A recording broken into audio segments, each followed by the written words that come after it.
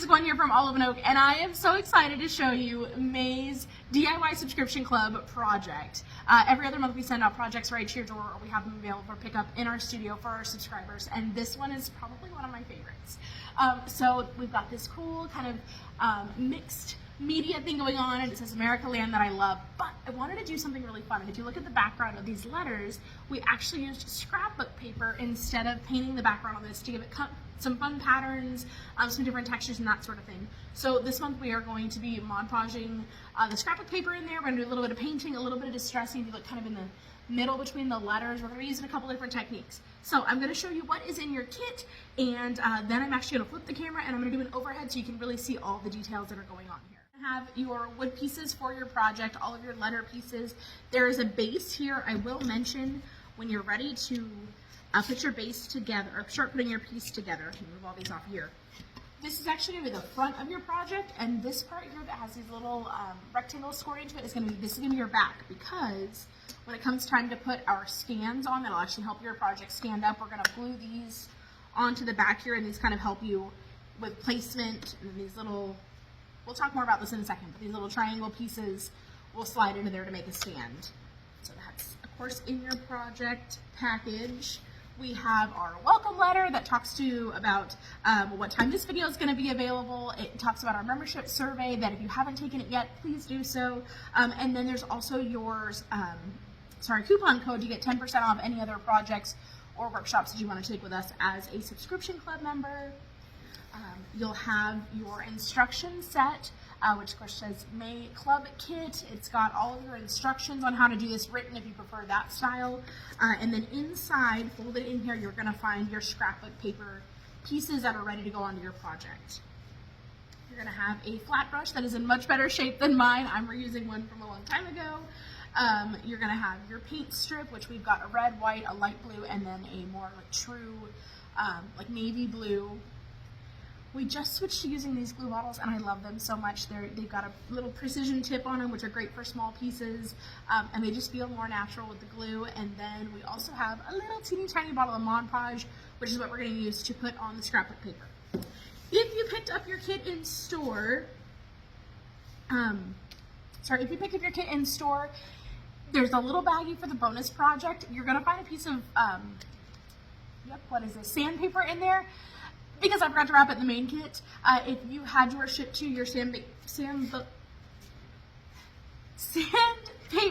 the scrapbook paper is going to be with your welcome letter. So those will be in there. But there is a little piece of sandpaper in there. Of course, I got them all wrapped and ready to roll. And then was the perfect time to realize that I forgot to put this in the kits. So that is what is inside of your kit. And now I'm going to, as well as your bonus project, I'm going to flip the camera so that you guys can see overhead, putting the scrapbook paper on, painting all the things. We're going to go do it all. First step always on setting up a project is laying out all my pieces so that I kind of get an idea of where they're going to go and what they're going to look like. This, of course, is my finished one. This is the one we're going to be working on. I went ahead and set my base to the side because I'm not going to need this piece until I've decorated all my small pieces. Now you don't have to follow the pattern I did, you don't have to follow the color scheme the way that I did it, but I'm just going to show you how I kind of set this up. So what I did first was I looked at all my different scrapbook papers and I sort of started just laying them out in a pattern that, I don't know, made me happy. There will be one piece you'll paint the background on. I decided to use my firework as my non-pattern paper piece, which was perfect. I needed a blue right there anyway. So I just kind of started working pieces around. I knew that things, like I wanted, I don't know, like stronger colors next to lighter colors so that it sort of created a different look. I didn't want all of my patterns next to one and all of my solids in a different spot. I went back and forth on this for a while, so if it takes you a little while to decide where you like all your pieces, by all means, you do you. I'm going to scoop this one out of the way. But since I have already laid mine out the way that I like them, I'm going to kind of start working my way through here. So I'm going to start with Mod Podging my pieces down. You can totally start with paint if you prefer that, but I think this is the part that I have a little bit of instruction with. So one thing I will say is once we put our letter down, once we put our paper down, it's going to cover this letter. You have two options. You can either try your hardest to remember which one goes where, or if you want, you can totally Mod Podge this on the back side of the letter so that when it comes to laying them out, you can just flip it over and go, okay, this letter, I'll match those ones up and put them together. So we'll do that just because. So I'm going to take my little tiny bottle of Mod Podge. I'm going to take my cap off here, and I'm just going to squirt a little bit on there. That's plenty. And now I'm going to use my brush to spread it. You want to make sure, especially to get your Mod Podge to your edges, because that's where your paper will sometimes peel.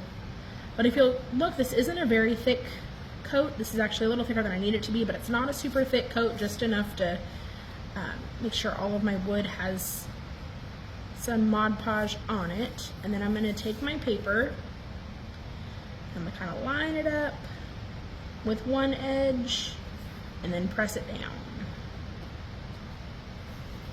And your paper should all be cut to the size of the largest wood pieces. And so if you are pairing it up with one of your small wood pieces, that's okay, because afterwards we're going to use the tissue paper, the sand paper, goodness, I keep wanting to say sandbook paper, and that's not a thing, to kind of help with it. I'm going to use my triangle piece to sort of, almost like a squeegee, run this down over my paper, flatten it out a little bit, make sure it's good and pressed down. Then I'm going to set that one aside. I'm going to go through and I'm going to do that with all my different pieces. Like I said, just for memory purpose, I'm going to do it on the back side so that I can still see what's supposed to be on the front. Spread this out. Now the best part is Mod Podge is a water-based sealer, adhesive, whatever it might be, so unfortunately it's not going to last very well outside if you live in humid conditions, but it cleans up very nicely. Spread that on there. Alright, and then put my paper down. If you should set one down and then realize afterwards you didn't quite get it to an edge or exactly where you wanted it to, I have a trick for that, and there's an easy fix that makes it look like you did it on purpose, that we're going to use to kind of distress our edges at the end. So don't stress about that. Right now your biggest thing is just to make sure we're getting it pushed down to the edges. That one over there. So this is going to be one of the first ones where I'm using a much shorter letter than I am my paper piece, and that's going to be just fine. We'll take care of that at the end. You can definitely use, if you wanted to, you could use scissors to trim it down if you wanted to use your pieces of paper somewhere else. I keep wanting to put it down before I spread the Mod Podge. It doesn't work very well that way. But you could trim your excess if you wanted to. I'm not too worried about it. Spread this out.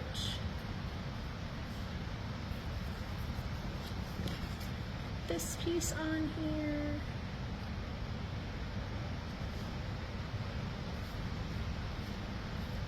It's down nice and flat.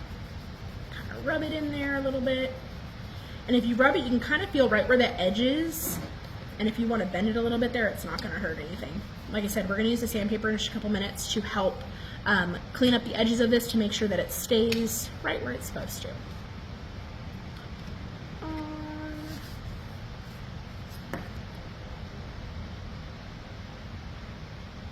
Come on, very nice. There it is. Spread this one out. Oops, I got a little on the side. Just gonna wipe that and put it back on the face. I don't worry too much about getting some Mod Podge on the side. One, because the sides of these are all going to be squished up next to the next letter, so you'll never see it. And two, this stuff does dry clear. You can also use it as a top coat if you want to. I'm not too worried about that though. Put this out.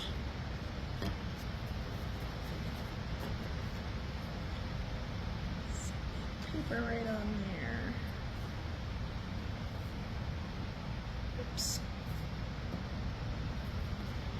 There we go. See, on this one I missed my edge just a little bit right here at the bottom. You can just barely see that. But I have, like I said, a trick at the end that I'm going to do a little bit of stuff along the edge that you'll never be able to see it again. I'm going to leave my firework background exactly as it is, because I'm going to paint that one. Oops, back where it goes. My C.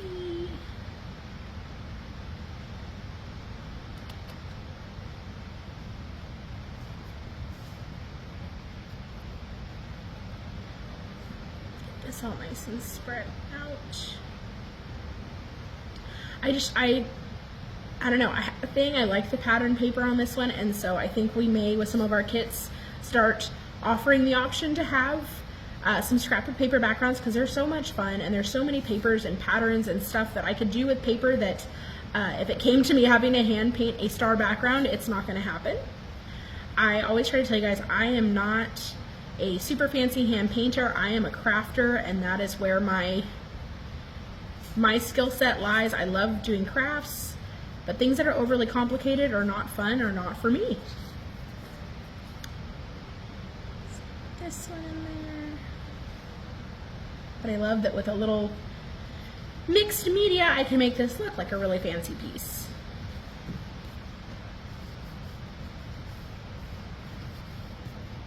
There we go, and I got one more. And then we'll make sure we rinse our brush out really, really good before we start using paint. But like I said, this is a water-based sealer, so it is very friendly. There we go.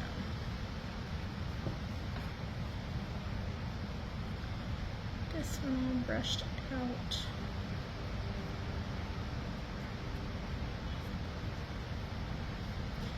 Keep trying to remind myself that I need to keep it in frame, because if not, I'm going to be crafting way over here and you're never going to see what I'm doing. That all spread through there.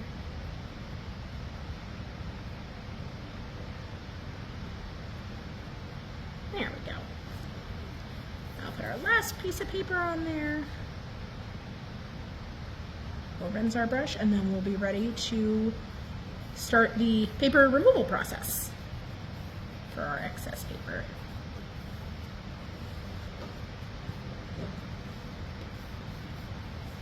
Alrighty, and that is how you apply your scrapbook paper. Next, let me put my brush and water over here, get it nice and cleaned out. Alrighty, that should be good.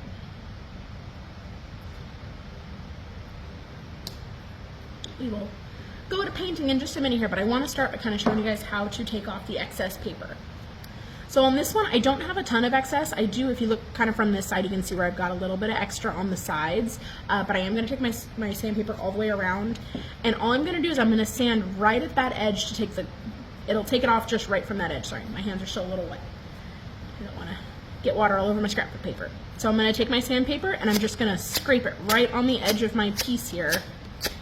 And if you look, it's kind of making my paper a little bit fuzzy, and that is okay. That's exactly what we want it to do. So it's just going to kind of cut that edge real perfect there. Now, I've seen a method where they take a lighter and, there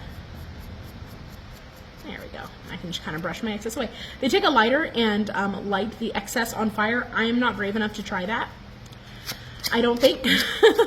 If you've tried it, I'd love to know how it turned out for you and if it worked. I've seen a bazillion videos and different people do it. I'm not brave enough.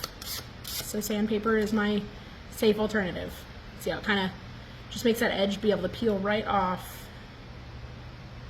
Because I've essentially turned my paper into a really thin fiber piece from the extras. And now it is perfectly fitted on all edges. This one I didn't have to do my top and bottom because it was right at the edge. I'll go through and do that on all of them. So there's my end. You can see how it's quite a bit hanging up there. If I wanted to, I could cut that, but I don't need to. I still do the same exact thing.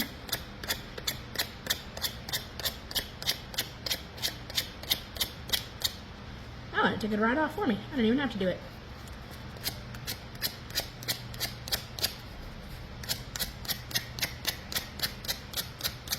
Go through, I'll hit all my edges like this. When I'm actually distressing something too, this is how I like to focus on where I distress things, is right along the edges of my project, because that is, excuse me, generally where something is worn, and so it makes for a very natural distress. But in this case, we're doing the sandpaper.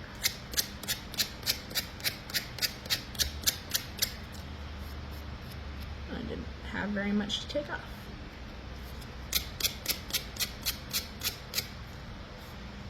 There we go. So that piece is all nice and ready. And goes back on there. I think you guys got the idea, so I am going to speed through getting the rest of these off because I think you guys got it.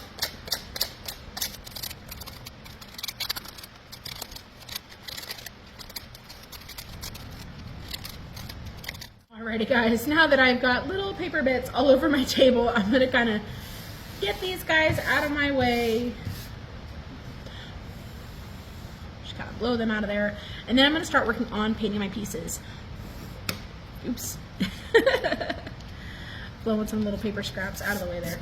Alrighty, so I'm gonna look at all of my different pieces and kind of sort of start picking contrasting colors. So when I pull all these guys down here, I'm gonna want whatever color my letter is going to be to kind of contrast with the background.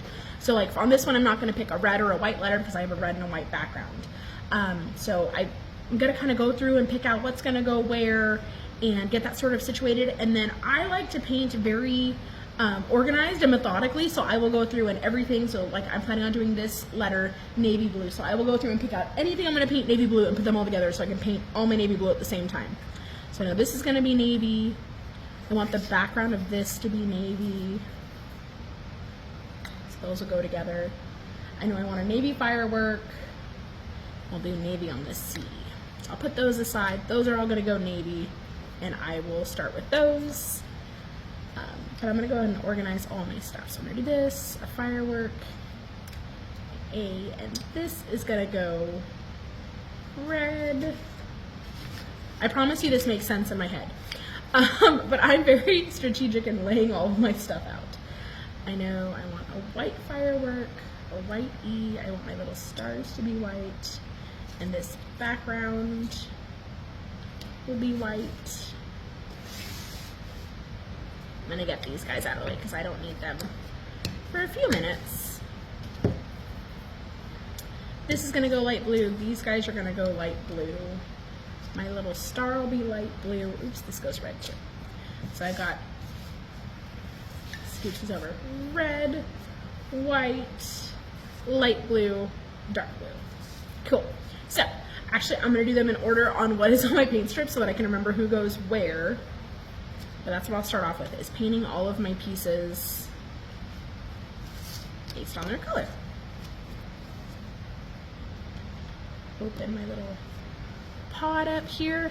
Now what I always try to remind everybody, when you're using these little brushes and when you're painting on these 3D pieces, as much as possible I try to paint away from shapes and things like that. So I'm painting towards an edge, I guess is what I should say. So while I'm painting up in this section, I'm going to paint towards my edges, and then I'm really careful when I come next to my stars themselves when I'm painting around those. It's not a huge deal if you get paint down in the middle, trust me. I promise you will be the only one who will ever notice, but I like to try to keep it as clean as I can on my inner parts, and so I sort of try to paint, and after a while you get really comfortable with it, but I try to paint in a way that I'm always painting towards the edge and trying to keep my paint on the face of my project instead of down the sides. I do have some people occasionally ask about painting, intentionally painting their sides, and what I always tell everybody is on most projects you really won't notice it, but aside from that, once you start you will have to do the whole thing, and you probably won't like me afterwards. So if you are in a I want to sit somewhere and paint lots of little tiny details kind of mood, by all means paint your sides. I'm not a fan of it, and so I don't. Ever. I think the only time is when once in a while when we're making stuff for the shop I will spray paint some colors like black and white, just because those are pretty universal, and I am really picky. If I get any white on the sides of a project, then I have to paint the whole entire side, but it's with a spray, so it's a lot different than with a little tiny brush trying to get all the details. So there is plenty of paint in here. You could mix up these colors any which way you wanted to do them. And if you are like me and really particular and want a second coat because you want your paint to look super, super even, there's plenty of paint in there to do a second coat on all this too. So let's get this guy coated.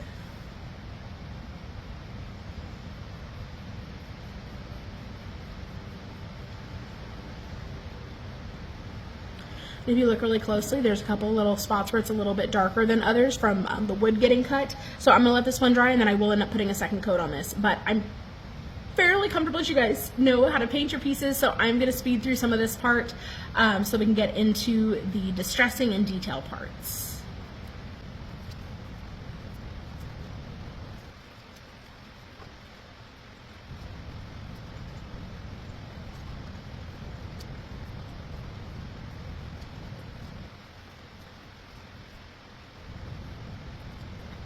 So now that I have all of my pieces base coated, I'm gonna do a little bit of distressing. Sandpaper is probably the most common thing to use for distressing, but we are actually gonna distress using paint. So I'm gonna go back to my scrapbook pieces, and I'm gonna use white for this. I like the way it looked on my first one. And I'm gonna use my brush, and my brush has now been used and abused. It's a little on the fluffy side. I'm gonna put just a little bit of paint just on the very, very edge of my brush, and if you need to, even offload it a little bit so you only have a little bit. And I'm gonna go from this outside corner and I'm gonna streak inward. The other option you can do is tap too, but if I streak just a little bit, I don't know if streak's the right word there. Facebook, please don't be mean to me for using the word streak. But I'm gonna take it just a little around my edges here like this. And you can go heavier or lighter, whichever look you prefer. But I'm gonna go around my edge, and if there was anywhere that I took more paper off than I should have, this is gonna help cover it a little bit, or if I didn't get my paper right to the very bottom corner, this is gonna help with that too. So I'm just gonna go around the edges of all of my pieces, or my scrapbook, my background pieces, I guess I should say. And just give it a little bit. Now you don't have to do all this, you don't have to do this at all, but you don't have to do all this in white. If you wanted to, mix up the colors that you use. You know, if you've got a blue background, use the white. If you've got a red background, use the blue, and mix them up if you want to. I'm going to go all white on mine. Come around this top edge. Like I said, this one I'm letting my brush get a little gunky, a little thick with the paint. Usually when I'm painting, I like to have, you know, a nice thin lined brush, but this one, that's okay to get a little bit on the funky side. I'm going to go through and do that with all of my scrapbook pieces. Oops, I forgot to wipe my extra paint off. It's okay. Like I said, this kind of, it adds another little layer of detail, but it also hides if I had any oopses.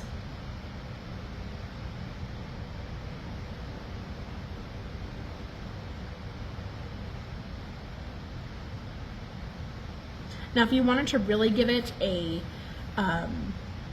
like old-timey look, you could also take like if you have any extra stain from an old project, or even some brown paint, you could water that down and do the same kind of thing, and then brush some of it over the top of your papers, and then it'll give you kind of more of a like a rustic old Americana feel. And if you're gonna do that, I would take it over my letters too. I'm not doing that though, so I'm rolling with it just the way it is. My whole house, like my kitchen and living room area, used to all be like old rustic red, white, and blue. Not farmhouse, but farm. I made a set of signs that had I think a red cow, a white chicken, and a blue pig, and they had like the cuts of meat, but they were painted in the different colors. Set of signs that I had made. I even attempted to sew, and that was the only time I ever made like something similar to a quilt. Like there were squares that I had to sew together, but it was not like quilted with all the inner quilt beings. That blanket actually, I think I made that in like 2015, maybe, probably like 2015, and it finally just got retired this last year. I made the mistake of letting Delilah, our puppy, use it to snuggle, and she just ate the whole thing, but it's okay.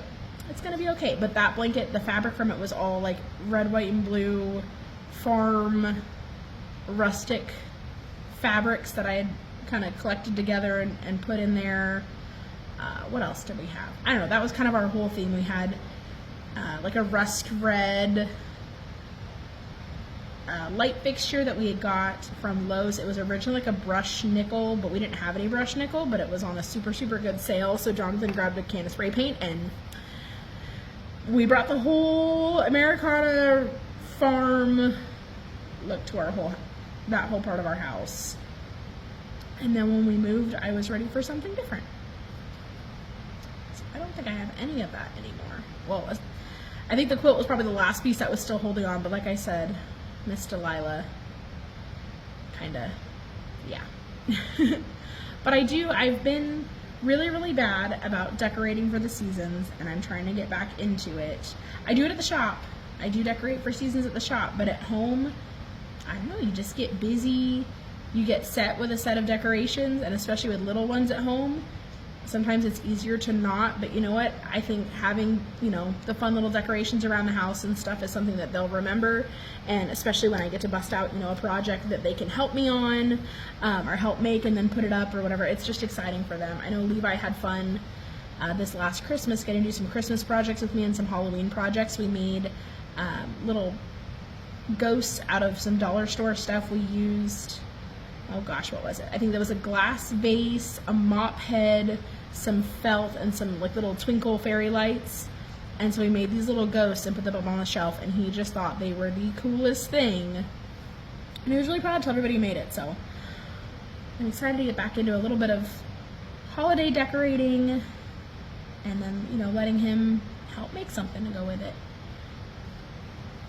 And Rainey will be well on her way. So far she has completed two craft projects. She made a little carrot handprint, although she was asleep for that part. And then she got to make something for my mom for Mother's Day. Alright, so this is that firework piece that I painted. Scored on there is going to be the rectangle that shows you kind of where to line this piece up. So with a really steady hand, I tried to kind of fill that space in white and do just my outside in the blue. If that makes you nervous, you can absolutely paint the whole thing blue or white or whatever color makes you happy. I just wanted to give it a little bit of extra detail. Another thing you could do too, if you're not too sure about having a steady hand, is, and it doesn't have to be perfect, because the outside edges of this firework are going to kind of cover up your my mishaps, and I'm sure they will do the same for you as well. But if you'd like, you can also use something like a painter's tape or masking tape to kind of tape the space out when you paint it. So that's an option as well. I'm going to add a little extra brush of white here and there on this one. Cool. So now all of my pieces have that edging to them. I could go through and do all of these and give them all sorts of details, but I don't think I'm going to do that today. I think I am ready to start gluing. So I'm going to start with my base. Let me get my brushes out of the way. Ooh, I lied. There's two more things I'm going to do. I'm going to take a little bit of my navy and do some highlights with that part too. I forgot. I did this on my original and I really liked how it came out. So my stars that are going to go on top of my firework right now are stark white. But I took a little bit, I did basically the exact same thing I did with the white just now. But I got a little bit of the navy on my brush instead. So let's brush off our excess. And just kind of hit different edges of my star to give it sort of like a, I don't know, like a glow almost. But it is, you just want to do this, if you're wanting to go for this look anyway, just kind of lightly through different parts of it. And then heavier in other areas. And another thing you can do too is just kind of dab on top of it, especially if you have bristles that are kind of on the funky side at this point. Don't worry so much about brushing on this part. I go through and just kind of dab my bristles and it creates, I don't know, just kind of something a little funky, a little different. And then I'm going to do the navy on the outside of this piece too. Just to give it a little something, since all the rest of my squares have colors coming in on it. And then we will glue. Almost there.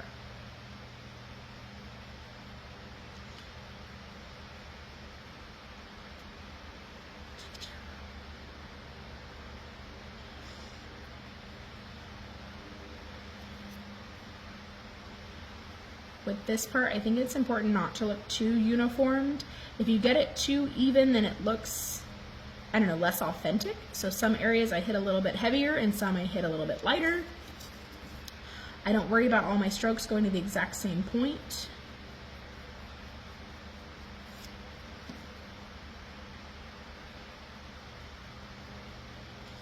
Get a little more blue on there.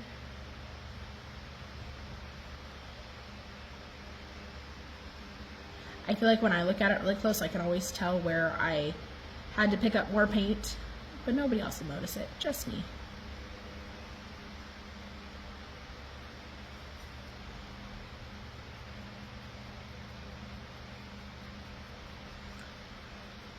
Almost there.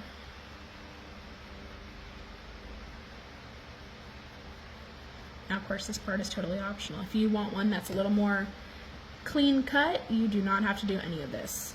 But I wanted to make sure I showed how to do it in case you wanted a little more fun detailing. Alrighty, so now I'm going to put paint and brushes away. Scooch all of this stuff. Alrighty. I'm gonna break our base back out. Like I said, when we go to glue our base, you're gonna want to make sure that the side that has the little rectangles on it is to your back, because we're gonna put that one facing down, and then we're gonna start figuring out where our letters go. Like I said, because I Mod Podged on the back of mine, I can look back here and cheat and see where which one goes. So I'm gonna put that one. I know this is my next one.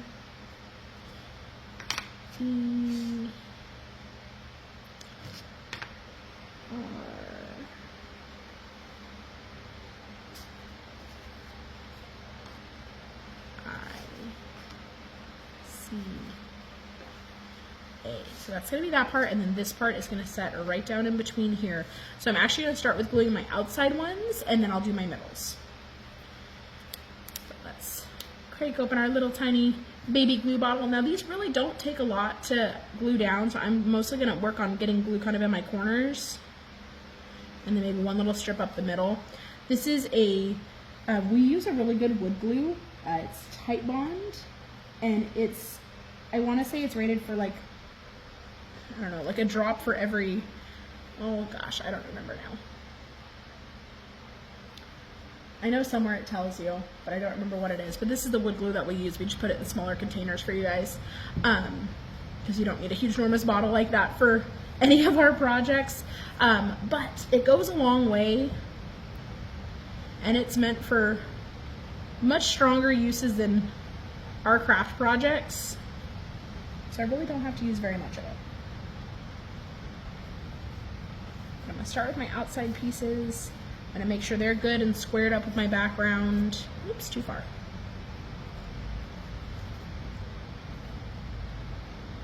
The thing you do is take like another piece of your stand and just kind of put that along the edge. It's going to help you square it up really well. But I got those in there. I'm going to do this big piece, and then it'll make all the rest of these pieces just fall right into place. Do 1, 2, 3, 4, and then a squiggle.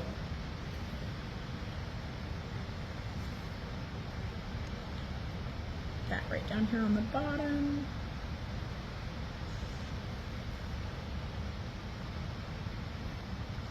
There we go. Now the rest of our top pieces will go on very easily, and then we can put our letters and our fireworks and our little extra details.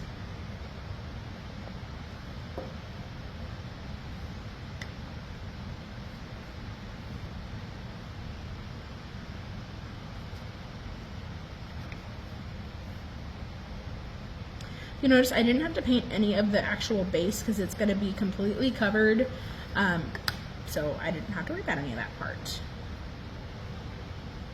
Set that down. Oops.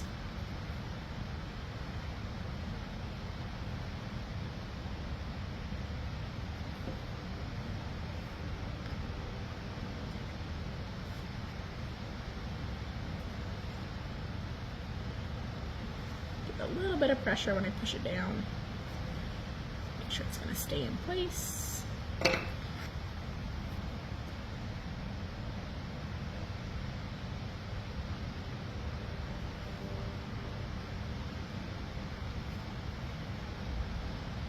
And on my last two, just so that I can make sure I get them in there really good, I'm not going to apply pressure until I have them in place. now they're good. Now what you could do, if you're worried about any of them not sticking down, you could totally flip this and put some heavy stuff on it, but this glue is great. It sets up fairly quickly, not so fast that you can't make adjustments, but I would say fairly quickly.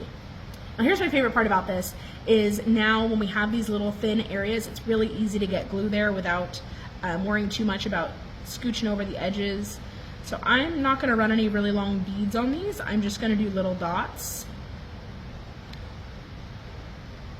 And it's gonna hold that piece on there just fine. So now what we're doing, I know we don't have score lines and that's a little nerve-wracking, but we're just gonna kind of center our pieces on there the best we can.